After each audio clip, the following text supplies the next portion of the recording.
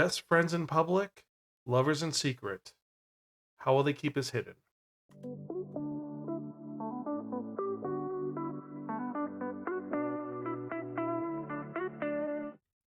I'm Zan, konnichiwa, aloha, buongiorno, and what's up? And welcome to an episode of the Spiraken Manga Review. So let's get to it, shall we?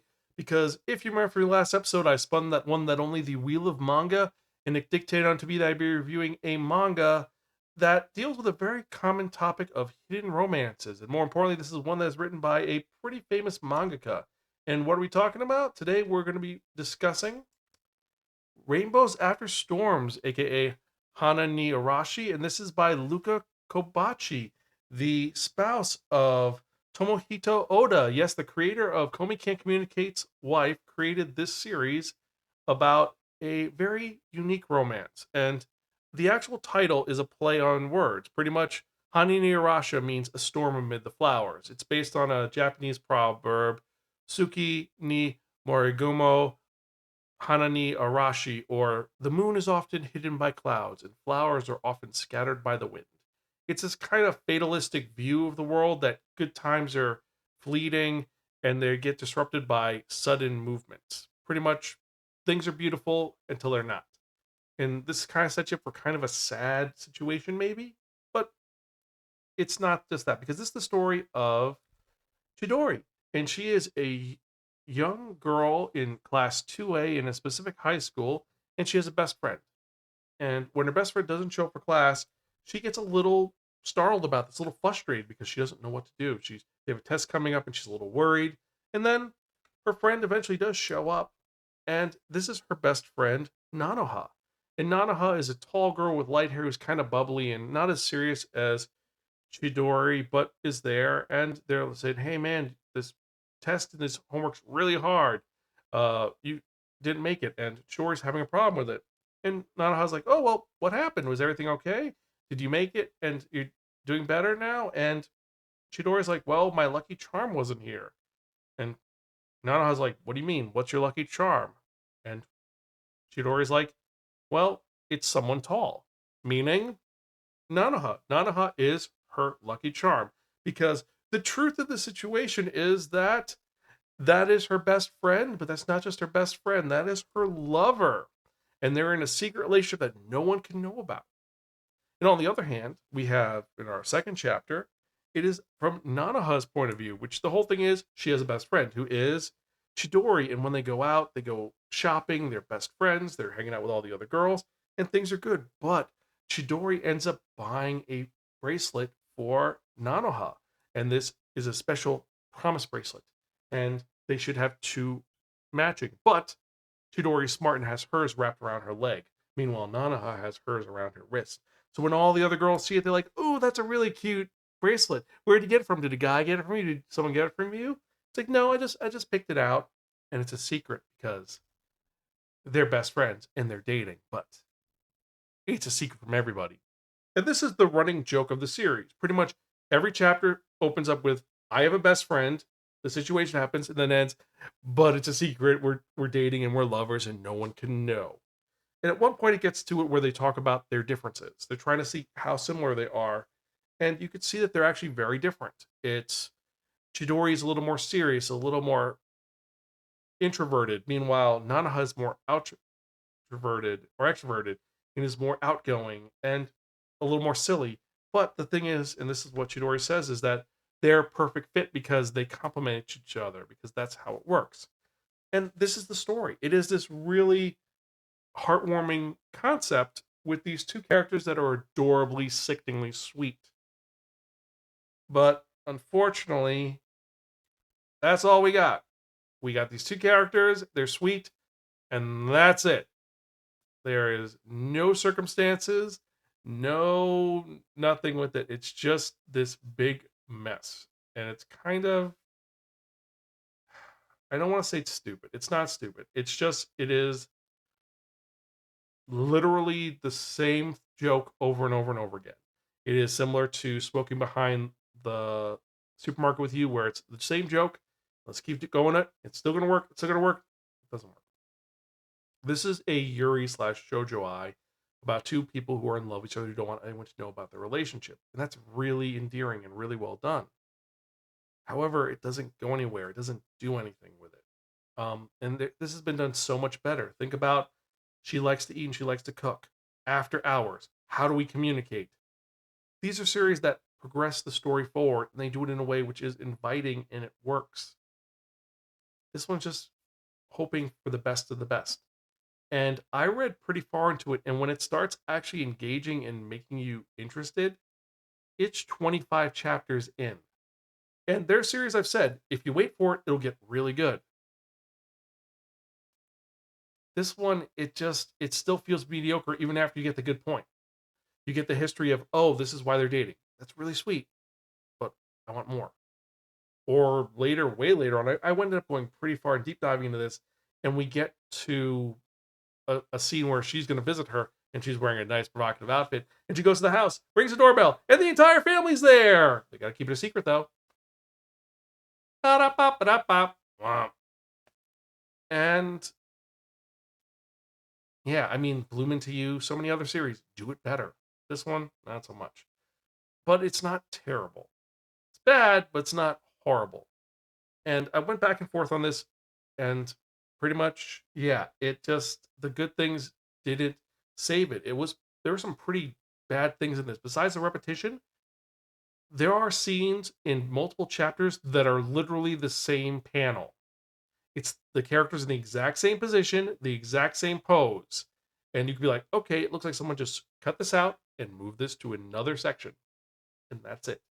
The same pose for Chidori. It's the same facial expression for Nanoha. And yes, I'm aware that it's a series which someone has very similar art style. It's not that. It's not just, oh, they're just drawn perfectly normal. No, it's the literal exact same frame. It's a close-up of her face in this exact pose. It's that scene exactly with the same background, which feels really Mac and Phil lazy. And that I can't get past. That art issue was a problem for me. And I do like that the characters had you could tell who was Chidori and who was Nanoha. They are drawn cute, but these little things driving me nuts. So I just couldn't get past it. I tried. And I know some people love this series. I know some people have dropped this immediately, but you can let me know your thoughts. But for me personally, I have to give this our second lowest rating of it's technically a book, but better ideas exist. The pros are it's got this heartwarming concept of two people who are in a relationship they don't want anyone to know. And the characters are adorable. I love how sweet Nanoha is and how Chidori is moving out of her comfort zone to make Nanoha happy. But the plot is extremely repetitive. The artwork is just the same thing. The romantic movement is glacial at best. They're in this position, it's not going to move anywhere. And because of that, there's going to be no consequences. And this has been done better so many other times. The tropes are best friends to lovers, let's hide the relationship, and no one can know. So if you disagree with me, you could email me personally, zansparkin.com, tweet me at Sparkin, let me know your thoughts. Let me know if you enjoyed this or didn't. Well, with that, let's get to the manga releases for the week. And we've got some good ones this week and some kind of rough ones. Starting off, we've got Al the Adventurer, That Magic Shouldn't Work, story of a young guy whose grandpa teaches him magic and he does it wrong, but it works really well. Then we've got Anyway I'm Falling in Love with You, Volume 13, Black Knight Parade, Volume 10, Blue Lock Omnibus 3, Volume 7 and 9. You've got Chronicles of an Aristocrat in Another Reborn World, Volume 14, Gina Earth, Volume 1.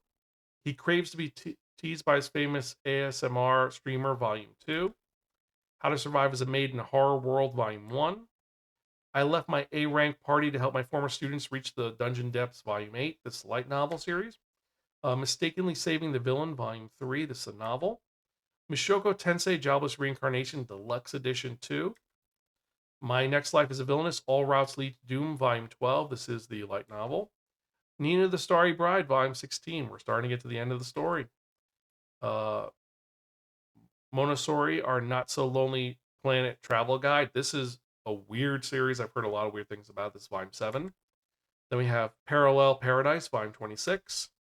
Reborn as a Barrier Master, Volume 9. Remnant, The Beastman Omniverse Saga, Volume 1. Roll Over and Die, Light Novel 6. Satan Young Men, Volume 22. The Strange Adventures of a Broke Mercenary, manga number 5. A Stepmother's Marchin, volume 6. Twin Jades of Jingdong, volume 2. And then last and sorry not least, we've got What If I Said I Love You, volume 1. So these are the manga releases for the week. Which are you most excited about? Which you're not? Let me know. Email me at zay@spiraken.com or tweet me at Spiraken or message me on Blue Skies at spiraken.public.bluesky.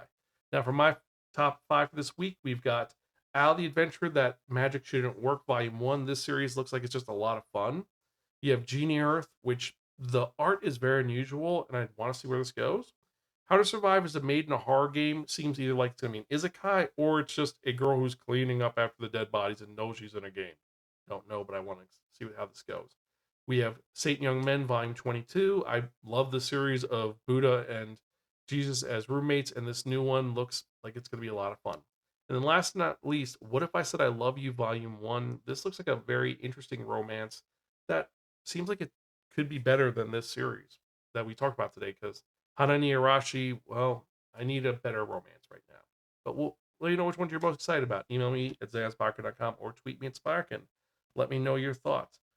But I digress. Before we go any further, I'd like to thank each and every one of you for checking out this show. Every email I get, every new comment, every new subscriber, it gives me more motivation to keep doing this. I love doing this. And I want to thank each and every one of you who are watching. I love doing this. And I want to keep doing this so an old man who has to read manga with thick glasses and large print. So I'm going to keep going as long as I can. Currently, we're at 636. Let's see if we can make it to 1,000. That's my goal. I know we're going to make it to 10 years. We got 2 years. Let's see if we can make it to 1,000 episodes. And I'm going to do something crazy for that. I promise you. But anyway, some other news. Officially, we have our tickets for Otakon. I'm excited. Apparently, 2 more of our panels have been waitlisted. So it looks like we may be doing the horror panel and the violence panel. Maybe, maybe not. We're going to have to wait and find out. But if you are going to Otakon, I will be there. Greta will be there. I may be in a cosplay. I'm debating about Lupin III or Carl from Dungeon Crawler Carl. Let me know which one you're excited about. Also, if you are watching our book reviews, next week we're going to be talking about The Book Thief. That is going to be a rough book to talk about because honestly, that book is depressing as all shit so far. I'm loving it, but it's depressing as shit. So check out that. Let me know your thoughts. Also, that is our 30th installment of Project 45 by 45. We're 2/3 of the way through it. Let's see if we can hit 45 on time. But anyway, we're almost at the end of this, so let's get to the part you've been waiting for, the most important part of this podcast, the most popular part of this podcast. And what are we talking about? We're talking about that one, that only, the Wheel of Manga! Yes, friends, the Wheel of Manga, except no substitute. Now, what is the Wheel of Manga? The Wheel of Manga is a Wheel of Fortune with 10 slots on it. What I've done is I've assigned a manga tile to each of 10 slots. So we're going to spin the wheel. Whatever number it lands on, that's the manga review in the next episode of the Spiraken Manga Review, episode 637. So let's spin so we're going to review in the next episode, shall we? Also, I don't know if you noticed, but I actually changed and redesigned the wheel, and I cleaned it up. I may have to change that logo after a while. It's been a while since we had it, and that's actually 2 logos ago. So if you'd like me to change that logo, let me know in the comments down below. But we're going to be reviewing number 7. And I'm excited for this one. I'm waiting for this one. This is the new Naoki Urasawa manga that we've been waiting so long for, and we're talking about Billy Bat. And before you think it's After God, it actually is number 7, Billy Bat. So is it going to be good? Is it going to be worth the hype? Is it worth the wait that we've had for this new Naoki Urasawa? Or will it be poorly done and unappreciated like Master Keaton? Well, you have to wait and find out. But anyway, as usual, I hope you enjoyed this episode. I am your host, Zan. I am Gonzville. I'll catch you guys next time. And as always, keep reading manga. I will see you later.